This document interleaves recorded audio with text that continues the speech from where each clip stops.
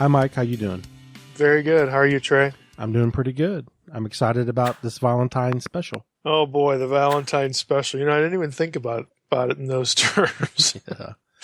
Well, today we do want to talk about exorcism as part of the Messianic profile. If this brings, if this sets your heart to fluttering, I guess, then we did our job. But this is a topic that has come up a couple of times that you just sort of really blowing by it, just mentioning it.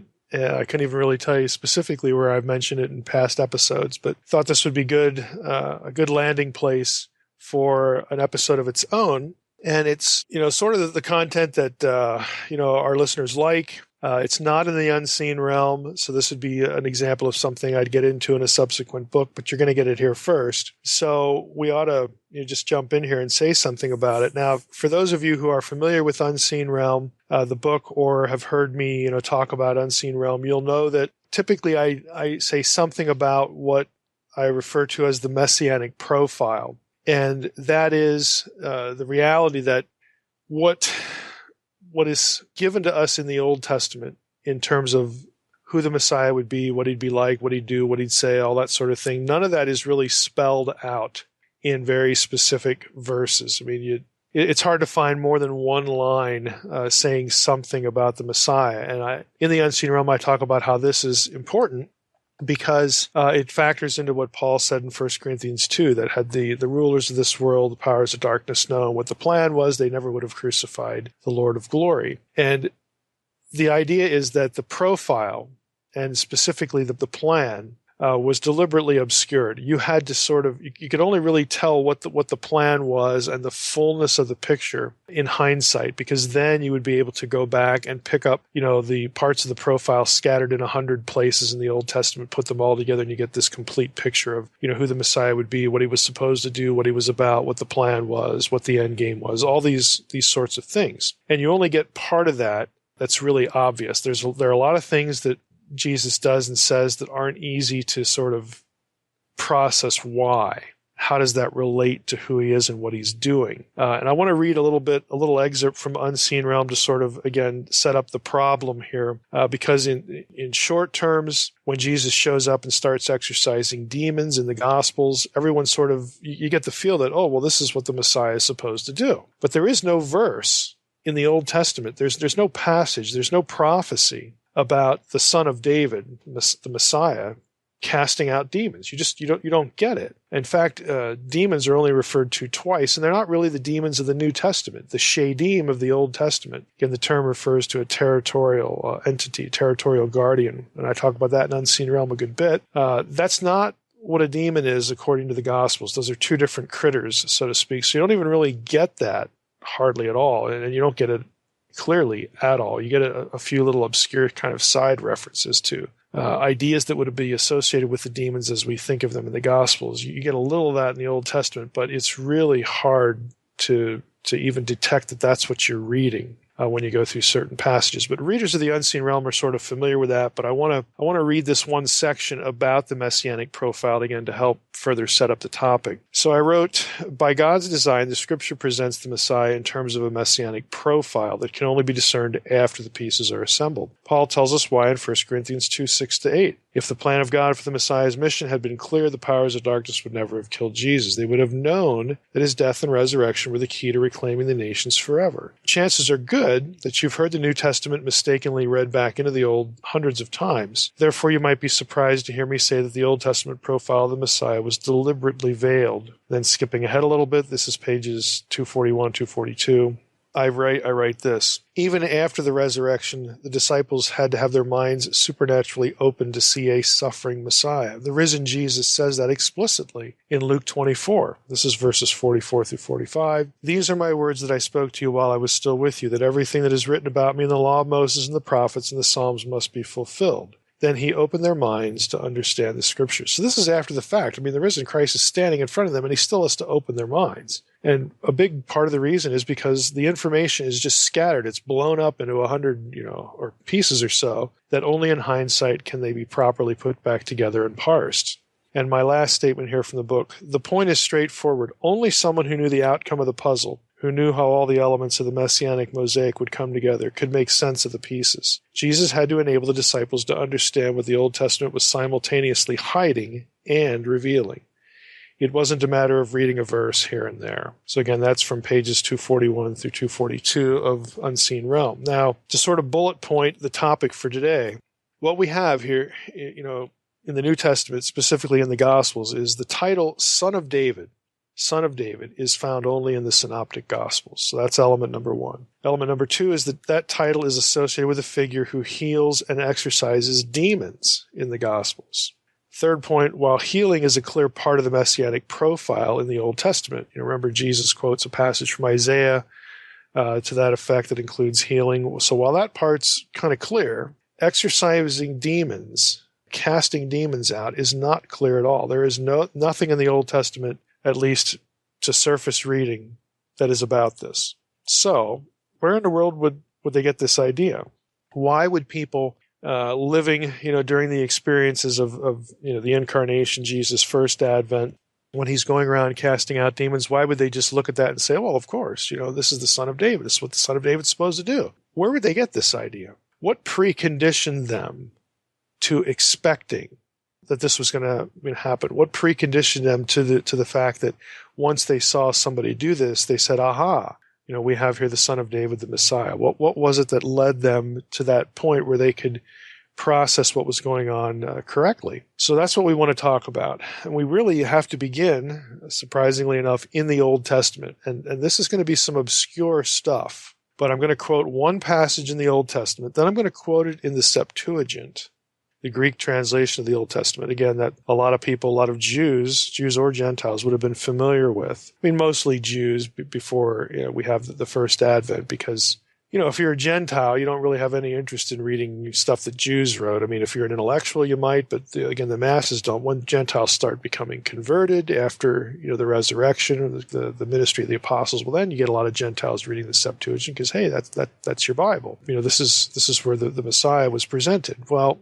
prior to that, again, you do have something in the Septuagint that the Jewish community, because they're the ones who are going to be reading this, either in Hebrew or the Targum's Aramaic, or in this case, the Septuagint, they're going to be familiar with this idea. And so I'm going to start with a passage from 1 Kings 4. I'm going to read it, both versions, and then we're going to go into the Dead Sea Scrolls and talk about extra psalms that are in the Dead Sea Scrolls, at least one of which actually shows up in the Septuagint. So again, people would have been familiar with the material. So prepping it that way, here we go. In 1 Kings 4, 29 through 34, the Masoretic text, and again, the traditional Masoretic text reads as follows.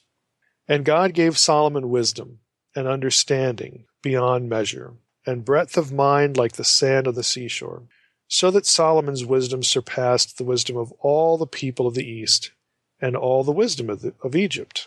Skip into verse 32. He, Solomon, also spoke 3,000 proverbs, and his songs were 1,005. He spoke of trees from the cedar that is in Lebanon to the hyssop that grows out of the wall. He spoke also beasts and birds and reptiles, fish, so on and so forth. So that's 1 Kings 4, 29 through roughly 33, right around there. So we have the mention of Solomon. Solomon is obviously son of David, king. Okay, he's going to be a messianic figure in that sense. And we have here the information that he spoke 3,000 proverbs and his songs were 1,005. Big deal. I mean, how do you get casting out demons from that? Well, you don't, but it begins sort of a journey that is initiated in what's said here about Solomon that will get picked up in other material. In the Septuagint, it's slightly different.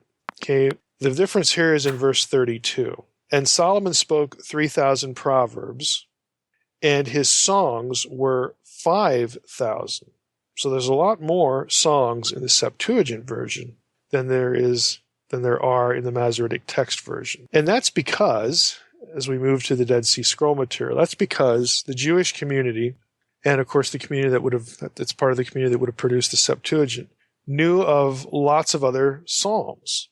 And we're going to focus on one of those that shows up in the Dead Sea Scroll material that is actually not only interesting, but references, and here's the key thought, the Scrolls material references what we just read in 1 Kings 4 about the songs and I'm going to use a very suggestive word here, the utterances of Solomon. Okay, so this is 11Q, 11Q Psalm Scroll, and the abbreviation is AP superscript A. In numbers, it's 11Q 5, column 27. For those of you who have Dead Sea Scroll stuff, you can go look this up, but I'm going to read you parts of it. So this is a psalm about David. So we read here at the beginning, this is line 2. David, son of Jesse, was wise, and a light like the light of the sun, and learned, and perfect in all his paths before God and men. And then we have a blank. And the Lord Yahweh gave him a discerning and enlightened spirit, and he wrote psalms, 3,600, and songs to be sung before the altar over the perpetual, and then there's a gap in the text. Line 9. And all the songs which he spoke were 446. And songs to perform over the possessed, 4 of them. So you actually have a reference in this extra psalm to David, David composing songs to perform over the possessed. The total, again, of all of this was 4,050. Again, the total of his total output when you get down to that particular line 10 in that Dead Sea Scroll text. Now, the word translated possessed is more literally someone who has been assaulted, someone who has been, accosted. Again, the implication is by some external force. But it's just an odd line. Songs to perform over the possessed or over the assaulted, 4 of them. And the last line here, and all these he spoke through the spirit of prophecy, which had been given to him from before the Most High. So God gave him these songs to sing, so on and so forth. Now, in the same Dead Sea Scroll, in a different column, column 19, line 15, we read this, where David says, "Let not Satan rule over me, nor an evil spirit. Let neither pain nor evil purpose, again, conquer me." Now, part of that line, part of these snippets that I've read, part of this material shows up in the Septuagint as what the Septuagint calls Psalm 151. Now, if you know your Bible, if you know the book of Psalms, there's only 150 Psalms here. And, you've got this extra Psalm, the Masoretic text, we've got this nice, neat number here. Where in the world do we get this extra Psalm? Well, if you think about the Psalms, let's just do this a little bit. There are references in the Psalms to the Psalms of David and others, not just David, but we're going to zero in on David here. The Psalms of David being collected. And this was the process. They were collected and put into the books so that in the Masoretic text, we have 150 total. And there are even places in the Psalms where it says, and this is the end of the songs of David, son of Jesse. But then afterwards, you get more Psalms of David. And that's because the collecting kept going. So at one point, they had a collection, Psalms of David, and then an editor, who was putting all this stuff together into the book that we know as Psalms. An editor says, "Hey, these are the Psalms of David, the songs of David, and this is all that we have." But then they find more, and those get added subsequently to those editorial comments in the book of Psalms as we have it today. Now, I mention that because here we have a 151st Psalm that actually winds up in Dead Sea Scrolls and Dead Sea Scroll material, and it was added to the collection that becomes part of the Septuagint. So in the Septuagint, the Greek translation of the Old Testament, if you turn to the book of Psalms, you're going to have an extra one. You're going to have Psalm 151. And in that psalm, you get, again, some of this material about don't let Satan rule over me or an evil spirit. Of course, the implications are because of what David had written, songs to perform over the possessed, that he has power to deliver people from being bound by demons. Now, let's go to another one, Psalm 91. This is Psalm 91, which, again, you have your traditional version, what you would read in most translations, translating the Masoretic text. You have a version of this that comes from the Dead Sea Scrolls, Psalm 91 at Qumran. Again, and not coincidentally, it is part of this same scroll, the 11Q Psalm scroll that I've been quoting already. And then, of course, you also have a version of this in what becomes known as the Septuagint. Now, I'm going to read you this. There are 4 things in here that are very interesting that speak to this issue. And for those of you who remember the Fern and Audrey episode, Fern and Audrey and I have discussed some elements of this particular psalm because of the work they do. Again, they don't do renunciation prayers or anything like that. They're not deliverance ministry. What they do is different, but they have used the material in this psalm and some other things to help them do what they do. And I think you'll understand why that's relevant as we read through this. So I'm just going to go, we'll pick, one of the versions because I'm going to actually link out to a few things and then talk about where it might be different. But we read here, Psalm 91, he who dwells in the shelter of the Most High. Okay, now look at the reference. We already had Psalm 151. Again, don't let Satan rule over me. We already had a portion of an extra psalm material that had songs about dealing with possessed people. And there was a reference made to, hey, David wrote these things through power given to him from the Most High. And here we have the Most High referenced in Psalm 91. Now, if you've read anything in the unseen realm, you know that this is important terminology. Because the Most High, again, this is the title given to the God of Israel when he divides up the nations. Again, it's a title of superiority. He is the Most High. He is the one, who made this decision, who judges, the rebellious, divine beings of Genesis 6, who dealt with the Nakash of Genesis 3. Again, you have this Most High terminology. And that's important because you have to assert authority. You have to presume and assert and actually legitimately have authority over other Elohim, over other divine beings, again, to do what you're going to do, to do what needs to be done. And so there's this, again, conceptual link back to we're doing this because of the Most High and his power. But the Messiah, son of David, was, again, Jesus is actually called Son of the Most High in the Gospels. And that is a messianic title because the King of Israel, again, the king from the line of David, is referred to as the Son of God in the Old Testament. So again, there's this linkage about the messianic figure, son of David, son of Solomon, line of David and Solomon, son of the Most High, son of God, all this sort of stuff factoring into what this psalm and again what Jesus actually does in the Gospels with demonic entities. So he who dwells in the shelter of the Most High will abide in the shadow of the Almighty. I will say to the Lord, my refuge and my fortress, my God in whom I trust, for he will deliver you from the snare of the fowler and from the deadly pestilence. He will cover you with his pinions, and under his wings you will find refuge. His faithfulness is a shield and buckler. Now here we hit verses 5 and 6. We're going to get some lines in here that it's very easy to read right over, but we're going to be linking out to some things and talking about them. You will not fear the terror of the night. Okay, the terror of the night. In Old Testament thinking, this was actually a demonic entity. Now, if you have the Dictionary of Deities and Demons in the Bible, again, I've recommended that source many, many times. This term is discussed. There's actually an entry for the terror of the night in DDD. And the Hebrew for this is Pakad Laila. Okay, now Laila is the important thing to sort of fix in your brain, Laila, the way that sounds.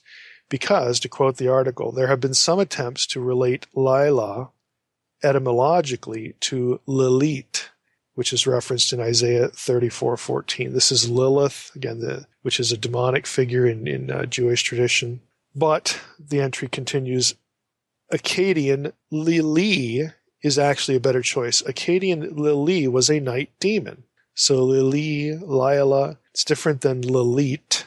It's close, but it's not quite the same. But this term, Pakad Lila, DDD suggests, there might be some relationship here. They say this is a folk etymology. Functionally, however, the demon Pakad Lila reveals traits similar to those of the Mesopotamian Lilu and the Lili, especially as it's referenced in the Song of Solomon 3:8, which talks about, again, the terror of the night. We're not going to necessarily go there. But you get this idea that there's an Akkadian term that aligns with this one that has characteristics that would sort of fit with again, a demonic figure, terror of the night. Now, the terror of the night demon in Mesopotamia was, again, an aggressive, attacking entity. And the night association is significant because that's when lots of, people sort of thought about when demons are doing something. And it also has reference to what happens at night, specifically in bed between men and women. Okay, there's the marital bed. Also, again, the care of children during the night while they're asleep, because the Akkadian demons associated with this were often associated with children dying during the night and whatnot, or trying to prevent conception. Again, there's this notion of demonic activity during the midnight hours, I guess you could put it. And this term is associated with that. And I want to read you a little bit more from the DDD entry. The writer says, among the host of Mesopotamian demons, Lilu, which is related to Sumerian Lu-Lila, which literally means wind man. So it's like a spirit man. Among the host of Mesopotamian demons, Lilu and Lilitu or Lili most resemble the biblical Pakad Laila. These demons seem to have been attached particularly to pregnant women and newborns whom they sought to harm. They are conceived as harmful to brides and grooms whom they attack on their wedding night and prevent the consummation of the marriage. As an attacker of brides and grooms, Lilu, or especially in Jewish tradition, Lilit, comes close, now catch this line, comes close to the incubus and succubus demons known from all over the world. Again, just giving you a little bit of a flavor of what's going on here. Again, I don't want to drift off into, facade territory or alien abduction stuff, but thematically, there's a lot of overlap here between, and sleep paralysis, even though I think sleep paralysis is just a biological medical condition, but it's often associated with feeling like a presence in the room. But again, you get these sorts of things. I'm just trying to pluck examples out so that you get a feel for what this term in antiquity would have been used to describe, or how this term would have been brought into discussion based upon some experience somebody had, whether it was supernatural or something that just freaked them out. That might have been natural or not. So this is the terminology that's going on in this particular psalm. Back to the terror of the night in Psalm 91. A cursory look, last line from DDD, a cursory look at the context in which Pakad Laila occurs in Psalm 91 reveals its demonic identity. This psalm abounds with names of other demons. And it does. Let's go back to Psalm 91. Verse 5, we read, you shall not fear the terror of the night. Here's the next one. Nor the arrow that flies by day. Now you say, well, isn't that just like an arrow? I don't want to get stuck with an arrow that somebody shot off. Well, again, there's a little bit more to it than that, especially if you are reading this psalm in the Septuagint. Because in the Septuagint, instead of arrow that flies by day, you actually get daimonion mesame brinon, which means midday demon. Okay? So you will not feel the terror of the nighttime demons, and you won't fear the midday demons either in the Septuagint. Now, DDD also has a reference to this. I'll read you a few excerpts. The midday demon is found in the Septuagint version of Psalm 91. In that case, it's verse 6. English Bibles, it's going to be verse 5. In these verses, the Hebrew psalmist declares that the one who takes refuge in the Almighty will not fear. Again, Masoretic text, terror of the night, or the arrow that flies by day. And then it continues to the pestilence and the destruction. And we're going to get to those in a moment. Those are also names of gods in antiquity, in Canaanite religion. And those gods are referred to as demons in the Septuagint. But just hold that thought for a moment. So back to the entry for midday demon. Again, this is the Septuagint version. The Septuagint translators, continuing with the entry, confronted a different Hebrew text. And then he references probably the same ones that Aquila and Symmachus used. And then he gets into the Hebrew for what they probably read. Destruction and demon of noontime. Again, according to the Hebrew text they probably had, which the Septuagint renders as misfortune and the midday demon. So it's very clear in the Septuagint that what they are reading, and again, DD says they probably, had a text that actually led them this direction. A Hebrew text is a little bit different than the Masoretic text. But in this verse, the psalmist is saying, you won't, if you're under the shelter of the Most High, the one who's really in charge of, again, all these other entities, you will not fear the terror of the night, the nighttime demon. You will not fear, again, the midday demon, the one that shows up, in the middle of the day, that sort of thing. You won't need to fear these things. Now, before we leave this, if you go with the Masoretic text, the arrow that flies by day, there are scholars who would actually argue, and I think this is a reasonable argument, that the reference to the arrow provides a clue actually to a demonic entity, because in Canaanite religion, the god Resheph, who was a plague god, is represented as an archer, someone who shoots arrows. And so that might have contributed, that knowledge in antiquity might have contributed to the Septuagint translator when he's looking at what he looks at and he has different options.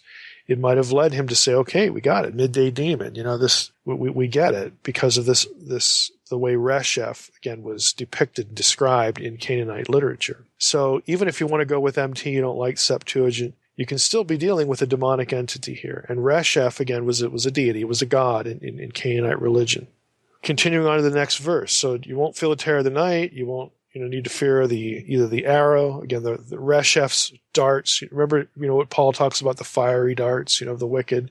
It's the same idea, but here in the Old Testament, that here you have a deity associated with this, represented as an archer, shooting at his victims, that sort of thing. Or if you go with the Septuagint, the midday demon. We continue, nor will you have to fear the pestilence that walks in darkness, nor the destruction that wastes at noonday. Now, so catch what the psalmist just did there. The previous verse, we have terror of the night, nighttime demon, and then we have a daytime demon. Next verse, we have the pestilence that's stalking in the darkness. There we go with nighttime, nor the destruction that wastes at noonday. Here we have noonday reference again. So you could take verses 5 and 6 as parallel to each other. It's another way, again, instead of it yielding 4 demonic figures, it would only be 2 demonic figures described 2 times in different ways. Either way, these are hostile divine entities, hostile gods in Canaanite literature that are, again, viewed as the forces of darkness, spiritual forces of darkness, that the psalmist is saying you don't need to fear these things. Now let's talk about pestilence a little bit, this term. And this is something that, shows up in a footnote somewhere in Unseen Realm. I know, I don't quite remember what the chapter was, but the Hebrew word here is dever. Again, pestilence is a normal translation. But the thing to notice here, to be aware of, is that this dever, is a deity name in the Ugaritic texts, and he is a god of destruction. Now, again, Dever in Ugaritic text is also mentioned in tandem with Resheph. That was the arrow demon, the archer demon that we just read about in the previous verse. So again, this is what that quote in DDD much earlier said, hey, the context of Psalm 91 supports this demonic thinking, because look at all these terms in the psalm that point to demonic entities. That was an accurate quote. There are a number of things in the psalm that point that direction. Dever is also mentioned in Habakkuk 3. Again, we have there, might as well just go out to Habakkuk 3, where Dever and Resheph are actually in this scene. We have here, I'll just start at the beginning. O Lord, I have heard the report of you, and your work, O Lord, do I fear. In the midst of the years, revive it. In the midst of the years, make it known. In wrath, remember mercy. God came from Teman, and the Holy One from Mount Paran. His splendor covered the heavens. The earth was full of his praise. His brightness was like the light. Rays flashed from his hand, and there he veiled his power. Before him went pestilence, and plague followed at his heels. So there you have Dever and Resheph mentioned in this. And in this scene, they are sort of like cringing, servants. They're underlings of the God of Israel. Again, the prayer of Habakkuk here puts them in their place. So they're not, independent, more powerful entities or anything like that. The God of Israel can use destruction, and he can use pestilence and that sort of thing. But what you get in Canaanite religion, these are distinct deities, and they're in opposition, of course, to what's going on in Israel. And in the Psalm, they become enemies, they become rebels, they become threats, to God's people. And that's why we have this Psalm, that you don't need to fear these entities because the God of Israel is more powerful than they are. And in fact, again, the supposition is that the Most High can and will deliver you from these things. So let's go to, again, quickly, the other reference, the destruction reference. This is not Resheph, this is Ketev. The term Ketev appears 4 times in the Old Testament, DDD again. Its basic significance is destruction. In Ugaritic, this name would be pronounced Kezev, and it occurs once in Ugaritic, and Kezev is a buddy or kinsman of Mot, the god of death, in Ugaritic thinking. And in Hosea 13:14, we get a reference to this kind of material. It's going to sound like a familiar passage, but think about this passage and think about where it's referenced in the New Testament. Hosea says, again, and the speaker here is, let me get the context here for the speaker, Hosea 13. It is the prophet. He's talking about he destroys you, O Israel. Again, Hosea basically giving Israel bad news for their idolatry. And then we get to verse 14. Shall I ransom them from the power of Sheol? Again, the realm of the dead. Shall I redeem them from death? The word Mot. O death, O Mot, where are your plagues? And the word there is Dever. O Sheol, where is your sting? The word there is Ketev.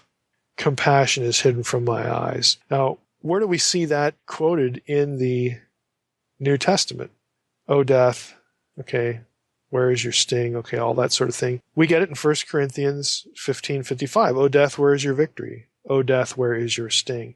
And it's a passage about the resurrection, okay, because the resurrected Messiah and the resurrection itself conquers death, conquers Sheol, conquers the plagues that, people get that send them to the underworld. It conquers the destruction, again, that results in people dying, all this sort of stuff. It's a reference to, again, the power of the God of Israel over these forces, these entities, these things, and ultimately even the power of death. Well, that's important because all of those things, the resurrection, is tied to the Messiah. Okay, this was the plan of salvation. The Messiah needs to die and rise again to, complete, to really bring into effect, kickstart, bring to fruition the whole plan of salvation history in the Old Testament. And the Messiah is the son of David. The Messiah is the son of Solomon. Okay, the Davidic line. All of these ideas, again, are interconnected in the Old Testament mind, in as part of the Messianic profile. The Messiah will have power over the terror of the night. The Messiah will have power over the terror of the day. Again, nighttime demon, daytime demon. The Messiah will have power over pestilence, Dever, destruction, Ketev. Both of them are buddies of Mot, death, in Hosea 13:14. The Messiah will have the power over, now catch what I'm saying here. Again, if you've read The Unseen Realm, this is going to click with you pretty easily. The Messiah has the power over the realm of death, the Lord of the dead, who is Satan, and everybody who works for him. Okay, the minions in the realm of the dead, who are, in the Old Testament context, they're described by these God terms, these pseudo lesser hostile God terms. In the Septuagint, this terminology is going to be put into demonic terms, and in the New Testament, in Greek, all of this is going to be put under demonic terms, because this is where the demons dwell. Yes, the demons in the Gospels, demons in the New Testament are the spirits of the dead Nephilim. We get that. Again, we're not going to go over all that ground in this podcast episode, but this is where they live. Okay, even in the Old Testament, you get that. You get the dead Rephaim, who are Anakim, who are descendants of the Nephilim. You get them living in the underworld. They live in the realm of the dead. They come out, they seek embodiment, they seek to possess people. Again, we understand that from the Gospels, but who is Lord of all of this? Okay, who's Lord of the dead? Who's Lord of the minions running around that run the place, that afflict people? okay, that bring destruction and plague and all this stuff, and of course the Lord of the Dead himself? Well, the answer is the Messiah. The answer is the Messiah. And so people who were familiar, again, with this literature, Psalm 91, the extra psalm, Psalm 151, again, the reference in extra psalm material about, hey, David had written songs, and suggestion, hint, maybe Psalm 91 is one of them. David had written psalms to perform over the possessed, 4 of them. Remember that Dead Sea Scroll we read a few minutes ago? So if you're familiar with this material, when Jesus shows up and starts casting out demons, starts giving his disciples power over demons, the theological messaging is quite clear.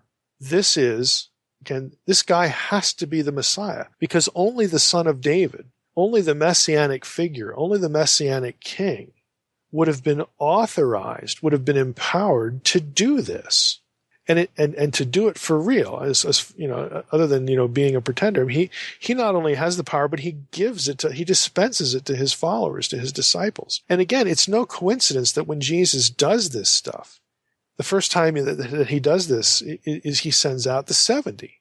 Okay, it's always done in conjunction with the launch, the kickstarting of the kingdom of God over against the kingdom of Satan. Again, all of these things have to be taken together collectively in context. They are part of the messianic profile that in and of itself is splintered, is scattered, and the pieces start coming together and converging into and around, clustered, in connection with this figure, Jesus of Nazareth. I mean, again, the theological messaging would not have been lost to someone, again, familiar with these texts. And I'm not saying they could quote them. I mean, I'm sure a lot of them could. But even if they had heard them, when Jesus starts doing this stuff, the bells and whistles are going to start going off in their head. They would associate this with Messiah. Now, one passage yet to mention about that people would have conceivably had in their head, at least by the time of the writing of the Gospels, would be something Josephus says. Josephus, in his Antiquities book, and again, Josephus was a first century figure, so again, you would have had to, the Gospel readers and writers may not have had this, but certainly Josephus is actually sharing Jewish tradition, with his readers. He doesn't just make this up when he decides to write something down. He writes this: "Now the sagacity and wisdom which God had bestowed upon Solomon was great, so great that he exceeded the ancients, insomuch that he was no way inferior to the Egyptians." Again, he's drawing on that 1 Kings 4 passage that we read, "who are said to have been beyond all men in understanding." Okay, this is Antiquities 8.2.5. If you want the actual references, this is line 45 now. "God also enabled him," Solomon, "to learn that skill which expels demons, which is a science useful and sanative to men. He composed such incantations," again, utterances, songs, this sort of thing, stuff that you say or sing. "He composed such incantations also by which distempers are alleviated." So he was a healer too. "And he left behind him the manner of using exorcisms by which they drive away demons, so that they may never return." Again, this is part of Jewish thinking. This was associated with Solomon. Again, because of some of the texts that we had read, we read earlier in this episode. And by the time Jesus shows up, there's a body of tradition based upon, again, Qumran material, Jewish material. This is Hebrew Jewish material that, of course, gets translated into the Septuagint, and the Psalm 91, the extra Psalm, Psalm 151, which is in the Septuagint, also helps create this body of thought, this body of tradition that associated the Son of David, the son of Solomon, the Solomonic Davidic line, associated that messianic figure with the casting out of demons. And this is why, when Jesus starts doing this, nobody blinked an eye. Nobody said, "Hey, where's the Messiah supposed to be doing that? Chapter and verse, please." No, they don't say that. They again have this expectation because of this material. And so that's why, again, this part of the messianic profile that we read in the Gospels that isn't very transparent in the Old Testament, why it's still a legitimate connection back into the Old Testament as part of the messianic figure, the messianic profile. Mike, what are the modern day Catholic exorcists view on Psalm 151? Do you know? I don't know. I've not read Catholic exorcism stuff to know if the I haven't read enough of that to know if they draw on Psalm 151 or Psalm 91 or not, or if it's just, again, their own, I hate to put it this way, but their own, incantations, their own things that are drawn from their own theology, that's part of their renunciation ritual. I don't know what their ritual is. And I should add, again, I referenced the Fern and Audrey episode, but we need to be clear. Again, they are very distrustful of deliverance ministry for a number of reasons that people can go back and listen to that episode and understand why. So when we talk about this psalm and some of this material with them, they're not creating their own renunciations. Like they're going out and deliver. It's not deliverance ministry. They're not commanding demons to cast out. They're not doing exorcisms. The Fern and Audrey episode will make clear that sometimes they run into that. And again, people can go back and listen to some of the comments they made about dealing with that, but they are not doing deliverance ministry. So they're not. This is not like what you see with Catholic exorcisms, which, to be honest with you, I'm fairly skeptical. I'm actually a lot skeptical of. I would never say that what they do is never successful in a real way, but I think a lot of what they run into is something else that sort of gets filed in that drawer of exorcisms. But I don't want to be so derogatory as to think that there's just this complete divorce from what a Catholic priest does and the demonic realm. I mean, I think there can be some overlap there, but I just want it to be clear to the audience that I'm not advocating that sort of thing, but and neither is Fern and Audrey. But they find the material, the theology. They find the theology helpful. And again, if listeners want to go back and listen to that episode, they can to get a little more insight into it.